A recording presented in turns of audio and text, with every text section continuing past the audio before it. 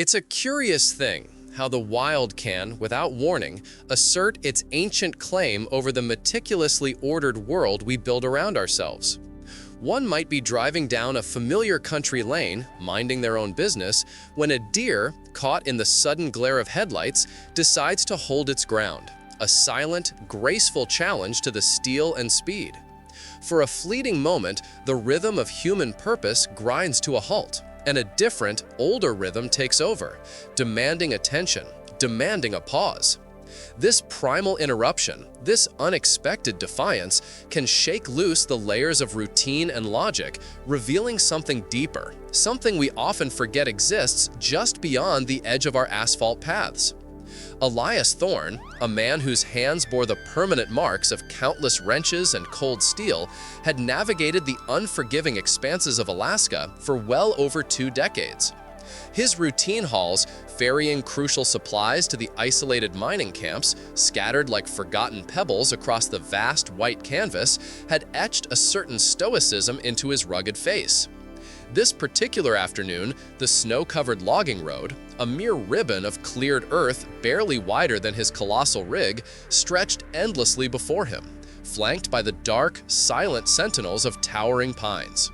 The late afternoon sun, already dipping low, cast long, deep blue shadows that danced and merged with the encroaching twilight. His mind, usually a fortress of focus on the road ahead, drifted, as it often did on these long, lonely stretches, to the warmth of his small cabin, to the gentle crackle of their fireplace, a stark, comforting contrast to the biting cold outside the cab. He pictured his wife, Eleanor, her kind smile, and the playful chatter of his 2 children, their laughter a distant echo against the rumble of the engine. Then, without a whisper of warning, a dark, imposing figure emerged from the dense tree line, stepping with an almost deliberate grace into the very center of the narrow track. It was a massive gray wolf, its fur thick and shaggy with the full weight of winter, standing absolutely still. Its eyes, luminous and ancient, caught and reflected the faint, failing light of the day, holding Elias's gaze with an intensity that pierced through the insulated glass of his windshield. Elias, his instincts honed by years of unexpected encounters, slammed on the brakes. The truck, a behemoth of metal and cargo, shuddered violently, its air brakes hissing a long, drawn-out sigh that cut sharply through the profound silence of the wilderness. He braced himself, fully expecting the wolf to bolt, to vanish back into the protective embrace of the trees, as every other wild creature had always done when confronted by the roaring presence of his machine. But this one didn't. It merely stood there, a silent, unyielding sentinel, its powerful form a dark silhouette against the snow. A strange, almost unnatural stillness hung in the air, broken only by the ticking of the cooling engine. Elias, after a moment of disbelieving pause, reached for the horn, pressing it for a short, sharp blast that echoed eerily through the frozen landscape. The wolf didn't flinch. He tried again, a longer, more insistent blare, a sound meant to intimidate, to scare. Still, nothing. The creature remained rooted to the spot, its gaze direct, intelligent, almost challenging. Confusion, a sensation Elias rarely allowed himself on the job, began to curdle into a growing unease. This was not typical animal behavior. Wolves were elusive, wary. They avoided confrontation. He tried flashing his high beams, hoping the sudden surge of light might startle it into motion. But the magnificent beast remained unmoving, a living, breathing blockade of fur and muscle, defying every expectation. Minutes stretched into what felt like an eternity, each passing second weighing heavier than the last. Elias checked his watch, a heavy, practical timepiece, calculating the delay with a practiced precision. His cargo, a specialized drilling component, was time-sensitive, and the remote camp was expecting him before nightfall. Any significant delay could have a ripple effect, impacting operations, costing money, disrupting the delicate balance of their isolated existence. He tried easing the truck forward, inch by agonizing inch, hoping the sheer size and slow, grinding approach of the rig would finally intimidate the wolf into moving aside. It responded with a low, guttural growl, a sound that vibrated through the cold air, through the very chassis of his truck, a clear and unmistakable warning. Elias, a man who prided himself on his pragmatism, on his ability to find a logical solution to every problem, felt a flicker of something akin to primal fear, swiftly followed by a surge of frustration. He couldn't risk hitting the animal. The thought alone sent a shiver down his spine.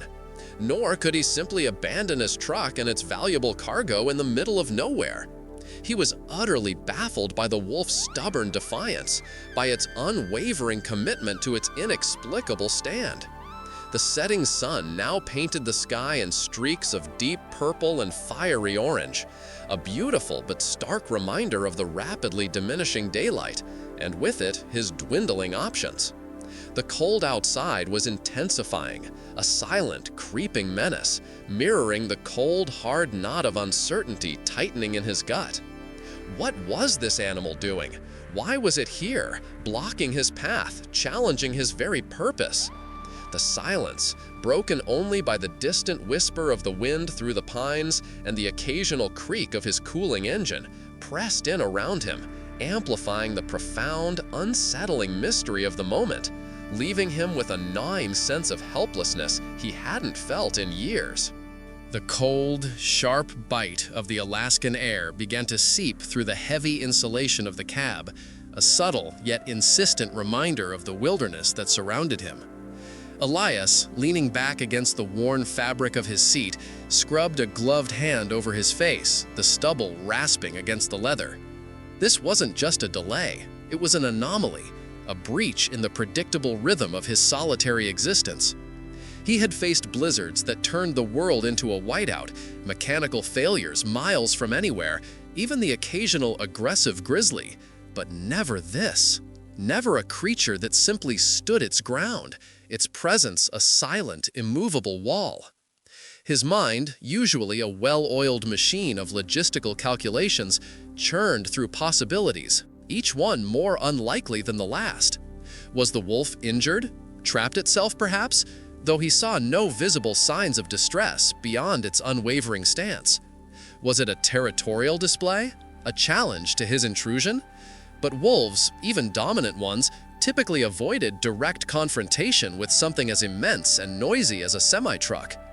He tried to rationalize it, to force the situation into a box his pragmatic mind could comprehend. Maybe it was sick, disoriented, driven by some fevered delusion. But the wolf's eyes, those deep amber pools, held no madness, only an intense, unwavering focus that seemed to bore right through him. They were intelligent eyes, too intelligent for a mere animalistic whim. He watched as the wolf, without shifting its weight, subtly flicked an ear, then another, as if listening to sounds beyond the range of human hearing, sounds from deep within the shadowed woods. And then a peculiar thing happened. The wolf's head, held high and proud, dipped ever so slightly, its gaze briefly sweeping over the dense pine forest to its left before snapping back to Elias, a quick, almost imperceptible movement, but one that didn't escape his heightened attention. They were intelligent eyes, too intelligent for a mere animalistic whim. He watched as the wolf, without shifting its weight, subtly flicked an ear, then another, as if listening to sounds beyond the range of human hearing, sounds from deep within the shadowed woods. And then a peculiar thing happened. The wolf's head, held high and proud, dipped ever so slightly, its gaze briefly sweeping over the dense pine forest to its left before snapping back to Elias, a quick, almost imperceptible movement, but one that didn't escape his heightened attention. It wasn't a glance of fear, nor of simple distraction.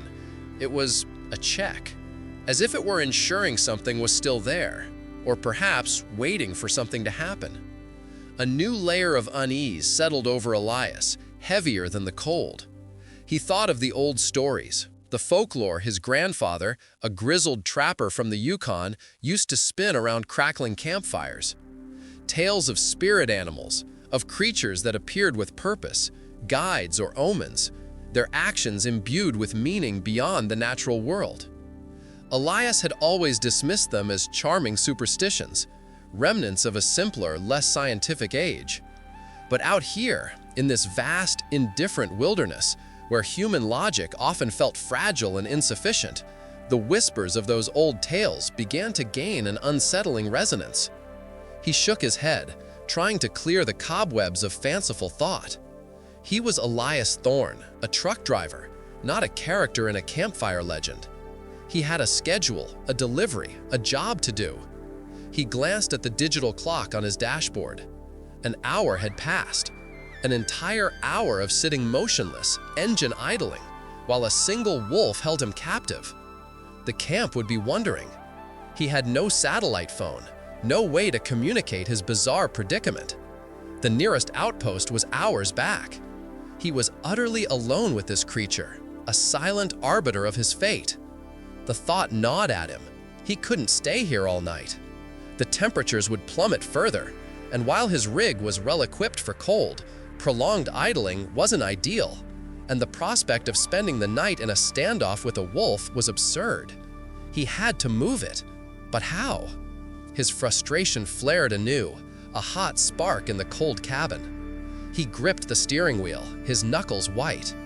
He considered the options again, systematically, like troubleshooting a faulty engine. Could he try to drive around it? The road was too narrow, flanked by deep snowdrifts and dense forest. Any attempt would risk getting stuck, or worse, overturning his rig in the treacherous terrain. What about a deterrent? He had a flare gun for emergencies, but firing it at a wild animal, especially one that seemed so determined, felt wrong, a desperate act that could escalate the situation unpredictably. He imagined the wolf, startled and enraged, lunging at his tires, or worse, at him if he dared to step out. The image sent a chill down his spine that had nothing to do with the outside temperature. He sighed, a heavy plume of condensation fogging the windshield for a moment. He leaned his head back, closing his eyes. The rhythmic thrum of the idling engine was a constant, almost hypnotic drone. In the sudden, quiet darkness behind his eyelids, another image surfaced, unbidden. It was Buster, his childhood German shepherd, a loyal, shaggy companion with eyes as intelligent and soulful as any human's. Buster had been more than a pet. He had been a silent confidant, a shadow that followed him everywhere. Elias remembered a summer day. He must have been 8 or 9, exploring the creek behind their old farm. He'd slipped on a mossy rock, tumbling into a shallow but fast-moving current, his head hitting something hard. He remembered the dizzying disorientation, the cold shock of the water, and then Buster's frantic barks, sharp and insistent, echoing through the woods. The dog hadn't tried to pull him out. He knew he couldn't. Instead, he had run back to the house, barking relentlessly, pulling at his father's pant leg until his dad, alerted by the unusual urgency in Buster's cries, followed the dog back to the creek. That memory, so vivid and poignant, brought a familiar pang of loss, a reminder of the deep, unconditional loyalty and surprising intelligence animals possessed. It was a loyalty that transcended species, a bond that spoke a language beyond words. Opening his eyes, Elias looked at the wolf again, but this time, his gaze was different. Less judgmental, less frustrated, more searching. He saw not just an obstacle, but a creature driven by an instinct he couldn't yet fathom. What was it about this wolf, standing so stubbornly, so vulnerably, against a machine that could crush it in an instant, that resonated with the memory of Buster? It wasn't the same, of course. This was a wild animal, a predator, untamed and unpredictable. But the unwavering determination, the singular focus in its eyes, it stirred something in Elias, a forgotten empathy, a recognition of a profound purpose that transcended mere survival.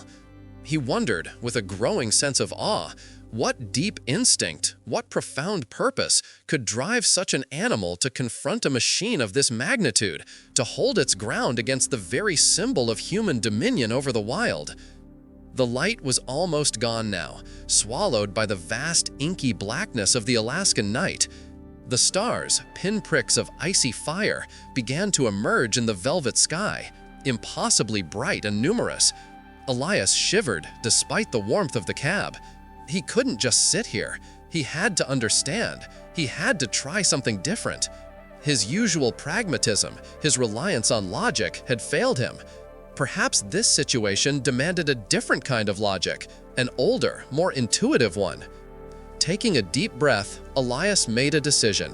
It was risky, perhaps foolish, but the alternative, to remain indefinitely trapped by a silent, unyielding wolf, was unacceptable. He slowly, deliberately reached for the door handle. The metallic click echoed loudly in the sudden quiet. The wolf's ears swiveled, its head tilting slightly, but it remained rooted. He pushed the door open, a blast of icy air instantly filling the cab, stealing his breath. He kept the engine running, its low rumble a familiar comfort in the overwhelming silence. Stepping out onto the packed snow, he felt the crunch beneath his heavy boots, a sound that seemed deafeningly loud. He kept his hands visible, moving slowly, deliberately, his movements devoid of any sudden jerks that might be misinterpreted as a threat. The wolf didn't react with aggression. There was no snarl, no baring of teeth. Instead, its vigilance heightened, its body tensed, a ripple of muscle beneath its thick fur, and its eyes, those intelligent amber pools, narrowed slightly, tracking his every move. Elias kept his distance, roughly 20 feet from the magnificent animal, giving it ample space. He stood still, letting the cold air prickle his skin, his gaze fixed on the wolf. He spoke, his voice low and calm, a rumble that felt alien in the vast stillness. "Hey there, big guy, what's going on?" The words were meaningless, of course, but the tone was important, non-threatening, curious. The wolf let out a soft whine. It was a sound completely out of place for such a formidable predator, a sound that Elias associated more with a distressed dog than a creature of the wild. It was a sound of vulnerability, of a plea. And again, its gaze darted towards the dense woods, a quick, anxious flicker, then back to Elias, holding his eyes with an almost desperate intensity. It wasn't guarding itself, it was guarding something else. The realization hit Elias with the force of a physical blow. The wolf wasn't trying to scare him away for its own sake. It was trying to tell him something. It was trying to lead him. A desperate plea, perhaps, hidden in its unyielding stance. A profound shift occurred within Elias. His initial annoyance and frustration evaporated, replaced by a burgeoning sense of responsibility, a primal call to understand. This wasn't just an animal. It was a desperate mother, or perhaps a father, protecting something vital. The cold, logical part of his brain, the part that calculated delivery times and fuel consumption, receded. A deeper, more ancient part took over, a part that recognized the unspoken language of urgency and distress. He felt a connection, a thread of empathy stretching across the vast divide between man and beast, machine and wild. The memory of Buster, of his grandfather's stories, no longer seemed like distant folklore, but a living, breathing truth. He took another slow step forward, then another, his eyes never leaving the wolf. He wasn't afraid anymore, not in the same way. A new kind of fear, a fear of misunderstanding, a failing to respond to a clear, if silent, cry for help, now gripped him. The wolf, surprisingly, took a few steps back, creating just enough space for him to pass, a narrow corridor through its blockade. But it did not move entirely off the road. Its body remained positioned to block the main track, a clear signal, this way, but no further on your path. Its head was still turned towards the woods, its soft whines continuing, a low, mournful sound carried on the wind. Elias's heart pounded, a frantic drum against his ribs. He was walking into the unknown, into the heart of a wild animal's distress, guided by nothing but instinct and a newfound, profound sense of empathy. He moved towards the spot the wolf kept looking at, towards the dense underbrush where the shadows were deepest. keeping a watchful eye on the animal. The wolf watched him, its body tense, ready to react, but it did not move to intercept him. It was a fragile truce, a moment of shared vulnerability in the vast, indifferent wilderness. Just a few feet into the thick underbrush, hidden beneath the freshly fallen pine needles and a dusting of new snow, Elias saw it. His breath caught in his throat, a gasp of horror and understanding.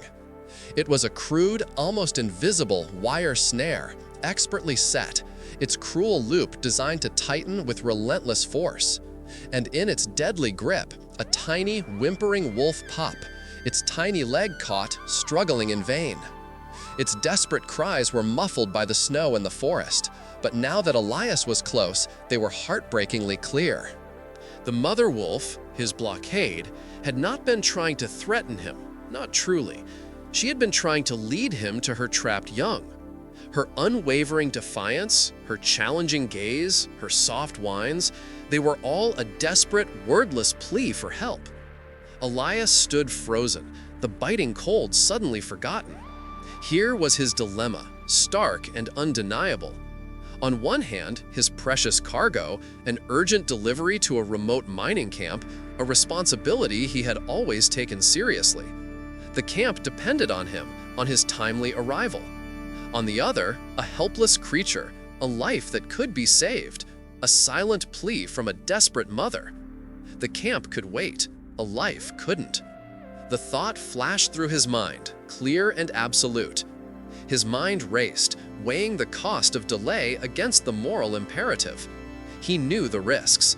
Approaching a trapped animal, especially a pup with its protective mother nearby, was incredibly dangerous. A cornered animal or a mother defending her young could be unpredictable, savage. But the image of the struggling pup, its tiny body writhing in pain, and the silent, pleading eyes of the mother wolf cut through all his practical concerns, all his fears. He couldn't turn away. He had to act. The choice, though fraught with danger, felt utterly clear. He slowly knelt, his eyes still fixed on the mother wolf, who had now moved closer. Her low growl, a continuous rumbling presence in the air, a warning, but also, he sensed, a fragile thread of permission. Her amber eyes were locked on him, a mixture of fierce protectiveness and desperate hope. Elias spoke again, his voice soft, reassuring, though he doubted she understood the words. "It's okay, girl. I'm going to help him."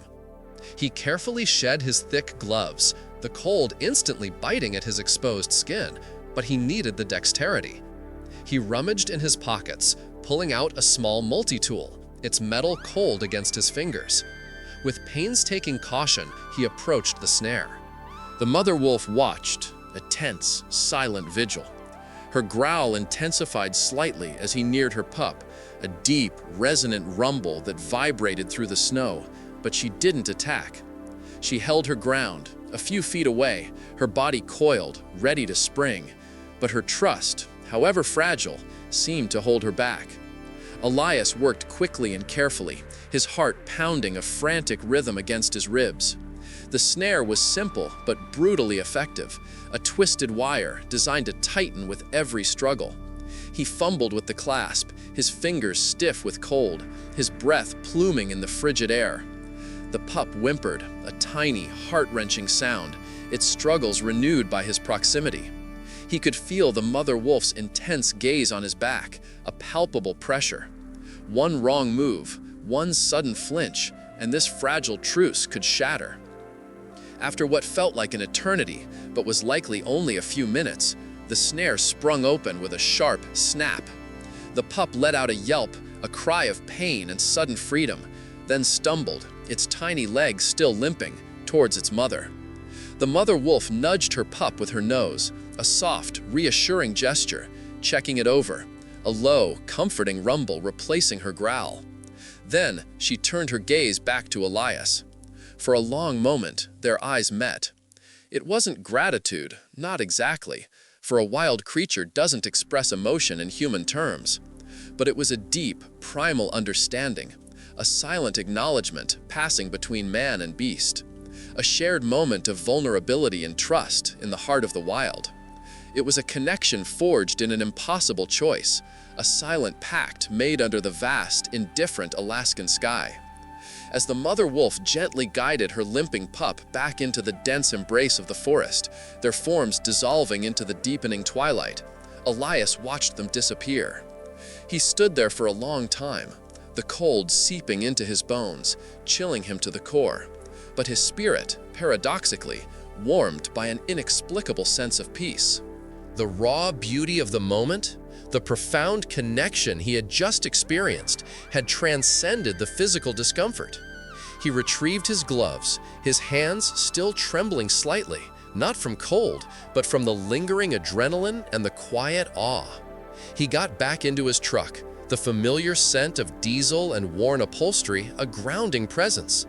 The delay, which had moments ago seemed so critical, was now a secondary thought, a minor inconvenience, dwarfed by the enormity of what had just transpired. The road ahead, stretching into the star-dusted darkness, seemed different, imbued with a new meaning. He had faced not just an obstacle, but a profound choice, a moral crossroads. And in choosing compassion over expediency, he had touched something ancient and pure, something that resonated deep within his own humanity. The rumble of the engine, once a symbol of his solitary purpose, now felt like a heartbeat, connecting him to the vast, living world around him. Elias eventually reached the mining camp, the glow of its lights a welcome beacon in the blackness. He pulled his rig into the designated bay, the air brakes hissing their familiar protest. The foreman, a gruff man named Jed, was waiting, his brow furrowed with concern. "Thorne, what took you so long? We were starting to worry." Elias, stepping down from the cab, met Jed's gaze. He explained his delay, not with excuses or apologies, but with a quiet conviction that silenced any complaints. He spoke of the wolf, the pup, the snare, the impossible standoff, and the choice he had made. There was no embellishment, no drama, just the plain, unvarnished truth. Jed, a man as hardened by the wilderness as Elias, listened, his initial impatience giving way to a grudging respect, then a thoughtful silence. The incident became a whispered legend among the truckers and miners, a testament to the unpredictable nature of the wild and the surprising depths of human compassion found in the most unlikely of places. Elias carried the memory of the wolf and her pup with him, a constant, quiet reminder that sometimes the greatest lessons are learned not from grand adventures or heroic deeds, but from a simple, unyielding standoff on a lonely road. It was a reminder that the wild held secrets, and sometimes those secrets were revealed not through conquest, but through empathy and understanding. From that day forward, Elias looked at the wilderness with new eyes. The towering pines, the endless snow, the distant howl of a coyote, they were no longer just scenery or obstacles to be overcome. They were part of a delicate, intricate tapestry of life, each thread connected, each being playing its part. He developed a deeper respect for its inhabitants and its unspoken laws, an understanding that went beyond mere observation. The wild wolf had not merely blocked his path, it had opened his heart, revealing the intricate dance between survival and empathy, duty and kindness. He understood that true strength lay not just in conquering nature, but in understanding and respecting its delicate balance. He learned that sometimes the most challenging detours lead to the most profound discoveries about ourselves, about the wildness that resides within us, and our intrinsic connection to the world beyond our concrete paths and steel machines. The vast, silent wilderness had taught him a lesson far more valuable than any cargo he had ever hauled, a lesson that resonated with the ancient echoes of his grandfather's tales and the loyal heart of a childhood dog. It was a lesson in humility, in interconnectedness, and in the quiet, transformative power of compassion in the face of the untamed. The profound silence that followed the disappearance of the wolves was unlike any Elias had ever known. It wasn't just the absence of sound, it was a silence pregnant with meaning, a sacred hush that seemed to absorb the very air around him. He stood for another long moment, the cold seeping deeper into his bones, but his spirit, far from being chilled, felt oddly buoyant, lighter than it had in years. The weight of his pragmatic world, of schedules and cargo, had momentarily lifted, replaced by an inexplicable sense of grace. He looked down at his hands, still tingling from the cold and the residual adrenaline, and saw not just the calluses of a working man, but the faint tremor of a man who had just touched something ancient and pure. Getting back into the truck, the familiar scent of diesel and worn upholstery was a grounding presence, yet everything felt subtly altered. The steering wheel, the dashboard, the very hum of the engine, they were the same, but his perception of them was new. The delay, which had moments ago seemed so critical, now felt utterly insignificant, a mere footnote in the grander narrative of the evening. He started the rig, the powerful engine roaring to life, and slowly, cautiously continued his journey. The drive to the mining camp, usually a monotonous trek through familiar terrain, was transformed. The towering pines, once just markers of distance, now seemed to stand as silent witnesses to his encounter. The snow-covered landscape, under the brilliant canopy of stars, shimmered with a newfound luminescence, as if the wilderness itself had been imbued with a deeper magic.